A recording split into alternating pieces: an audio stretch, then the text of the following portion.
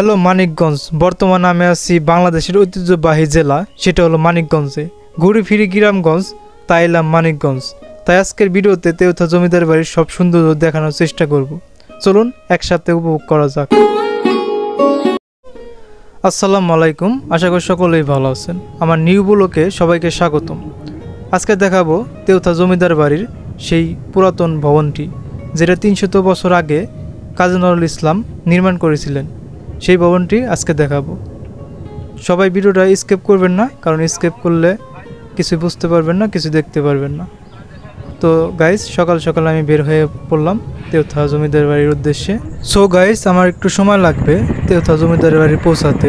তো বাইকে গেলে হয়তো আপনাদেরকে বাইরের দৃশ্য অনেক জিনিসই দেখাতে পারতাম, সেহেতু প্রাইভেট কারে যাইতেছি, সেই জন্য আমি অতটা দেখাতে পারতেছি না, সেজন্য দুঃখিত। তো তারপরে চেষ্টা করব দেখানোর জন্য।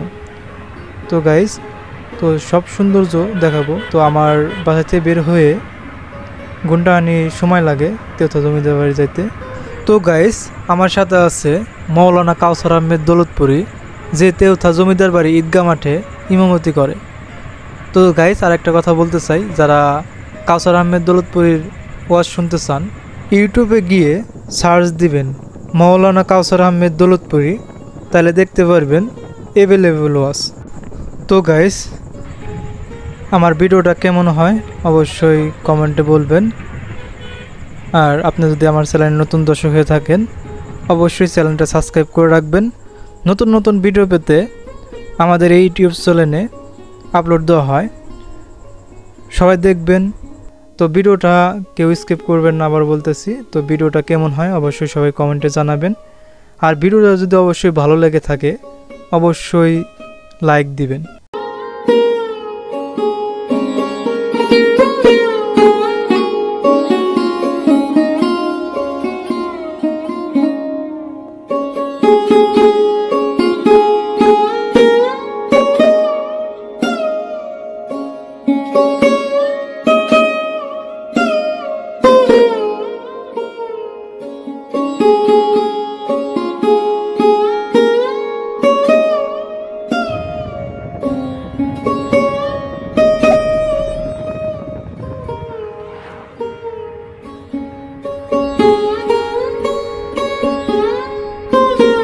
তো গাইস, আমি আছি এখন সাটুরিয়া। হয়তো 10 মিনিট সময় লাগবে তেওথা জমিদার বাড়ি পৌঁছাতে। 300 বছর আগের ভবনটি এখনও রয়ে গেছে, কিন্তু সেই ভবনের মানুষ নাই। দেখেন, এক সময় আমি থাকবো না, এক সময় আপনিও থাকবেন না, কিন্তু এই পৃথিবী কিছু সৌন্দর্য, কিছু ভবন এইভাবেই রয়ে যাবে।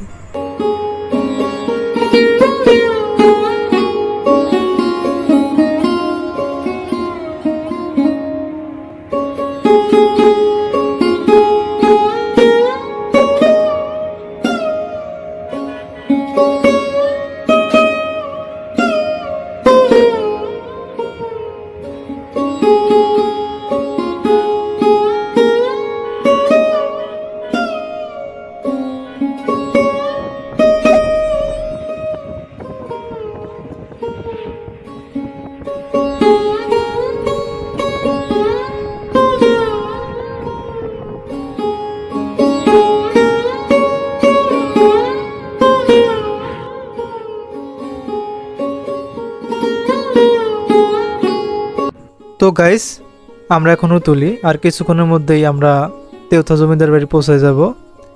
তো যে ভবনটি নির্মাণ করেছেন কাজী নজরুল ইসলাম, তার ভবনটি দেখব। 300 বছরের আগেকার ভবন, তো পুরাতন। তো ভবনটি দেখার পরে আপনারা বুঝতে পারবেন যে ভবনের কি অবস্থা। সে নাই, কিন্তু তার ভবনটা আছে।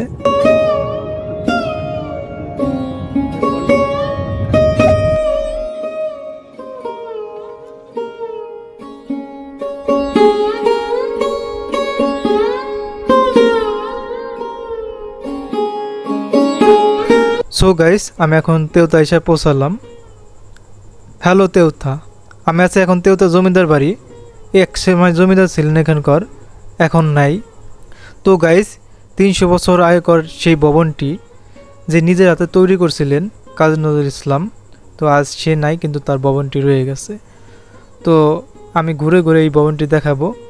চলুন গাইস, এই জমিদার বাড়ির সৌন্দর্য আমি আর আপনি উপভোগ করব। তো গাইস, যেহেতু আপনাদেরকে ভবন ঘুরে দেখাবো, তো ধৈর্য সহকারে দেখবেন। তো ভবনে দেখেন কীভাবে নির্মাণ করছিলেন এই ভবনটি, খালি গুহা আর গুহা। আমার প্রথম আমি আইছি, আমার ভয় লাগছে, কারণ দেখতে পাচ্ছেন সেই ভবনের চারদিকে অন্ধকার। আর জানেন তো 300 বছর আগেকার ভবনটি হঠাৎ শ্যাওলা জমে গেছে, তার পাশাপাশি মানুষের আড্ডাখানাও দেখতে পাচ্ছেন। এই যে ভবনের যে সিঁড়িটাও ভেঙে গেছে এবং শ্যাওলা পড়ে গেছে। তো যারা যারা আসবেন নতুন, তারা দেখে শুনে উঠবেন, কারণ আপনারা পা পিছলে পড়ে যেতে পারেন।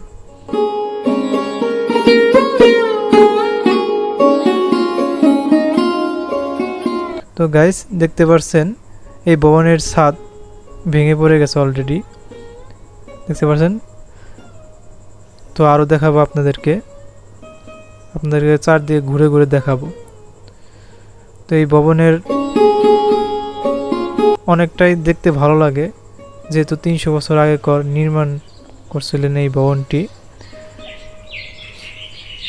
এই জায়গার জমিদার ছিলেন সে।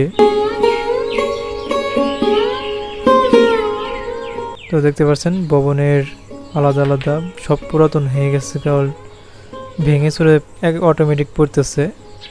কিন্তু আপনারা যারা আসবেন তারা অবশ্যই সাবধানে চলাফেরা করবেন এই জায়গা দিয়ে, কারণ শ্যাওলা জমছে, আবার ছাদ ভেঙে ভেঙে পড়তেছে,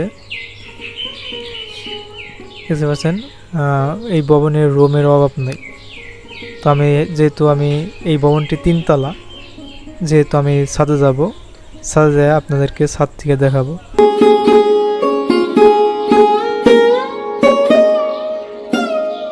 তো এই ছাদের সিঁড়িটাও আর সিঁড়ির মতন নেই, কারণ সিঁড়িটাও একদম ফিনিশিং হয়ে গেছে, কারণ ভাঙা চুরে চুরমার হয়ে গেছে গা। দেখতে পাচ্ছেন সিঁড়ি, এই দেখতে পাচ্ছেন ছাদে অলরেডি ছাদে এসে পৌঁছালাম। তো এই ছাদটা খুবই মজবুতভাবে তৈরি করছিল এখানকার জমিদার।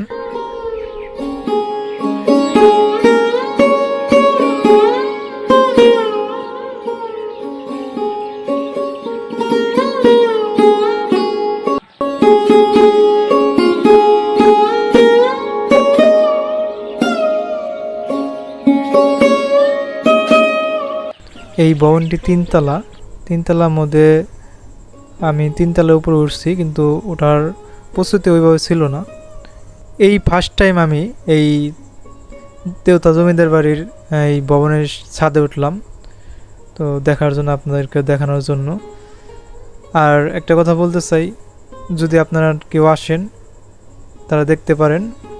আমার কাছে এই ভবনটি অনেকটা ভালো লাগছে, যেহেতু দেখলাম। আমি আবার নেমে যেতেছি, কারণ আমার খুবই সময় কম, অল্প সময়ের মধ্যেই আপনাদেরকে দেখানোর চেষ্টা করছি। দেখতে পাচ্ছেন সিঁড়ি, নামার সময় নামবেন খুব সাবধানে, কারণ পরেও যেতে পারেন। দেখতে পাচ্ছেন সিঁড়ি মিড়ি ভাঙে চলে গেছে।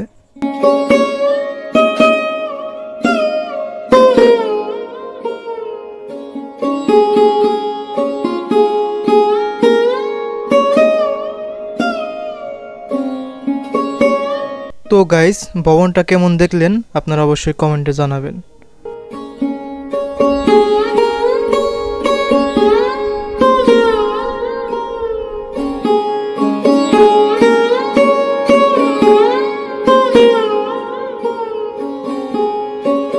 হ্যাঁ দর্শক, ভিডিওটা শেষ করার আগে আরেকটু জায়গা দেখাবো, সেটা হলো কাজী নজরুলের পুকুর, যে পুকুরে সে গোসল করতেন। তো সেই পুকুরটাই আমি আপনাদেরকে দেখাবো, চলুন দেখা যাক। তো কাজী নজরুল ইসলাম এই জায়গার জমিদার ছিলেন, সেই জন্য ভবনটা অনেক বড়, তার জায়গাটা অনেক বড়। তার পুকুরও, সেই পুকুরে গোসল করতেন, সেই পুকুরটাও অনেকটাই বড় এই পুকুরটা। তো গাইস, ভিডিওটা শেষ করার আগে আপনাদেরকে কিছু ছন্দ শোনাবো। তো এই আজকের ভিডিও ছন্দর মাধ্যমে শেষ দেব। মানুষ সত্য পছন্দ করলেও সত্য বলা মানুষকে পছন্দ করে না। মানুষ প্রেমে পড়ে বারবার, কিন্তু মায়ে পড়ে একবার। অনেকটাই সুন্দর দেখা যায় দূর থেকে, কিন্তু ভিতরে গেলে ভাল লাগে না, কারণ ভিতরের অবস্থা ওরম নাই, পরিবেশ সবার আড্ডাখানা। তো গাইস, আজকের মতন 2টা ছন্দ দিয়েই আমার ভিডিওটা শেষ করলাম। তো ভিডিওটা কেমন হয়েছে অবশ্যই কমেন্টে জানাবেন, আর ভিডিওতে কমেন্ট করতে ভুলবেন না, অবশ্যই কমেন্ট করবেন। আর কেউ কিপটামি করবেন না, সবাই লাইক দিবেন। আর যদি ভিডিওটা ভালো লাগে বা আপনার তেওথা জমিদার বাড়ির কেউ ভিডিও দেখতে চায়, তাদের কাছে শেয়ার করে দিতে পারেন। এই ভিডিওটার মাধ্যমে কিছু দেখতে পারবেন, যেহেতু আমি সব দেখাতে পারি নাই, কিন্তু চেষ্টা করছি কিছু দেখানোর জন্য। তো আগামীতে হয়তো ভালোভাবেই দেখাবো আপনাদেরকে। যারা আমার ভিডিওটা ধৈর্য সহকারে দেখছেন তাদেরকে জানাই অসংখ্য ধন্যবাদ। আর যারা আমার নিয়মিত ভিডিও দেখেন তাদেরকে অসংখ্য ধন্যবাদ। আবার অন্য কোনো ভিডিওতে দেখা হবে, অন্য কোনো জায়গায় নতুন কিছু কথা নিয়ে কিছু দেখানোর জন্য আসবো। সবাই ভালো থাকবেন, সুস্থ থাকবেন। আল্লাহ হাফেজ।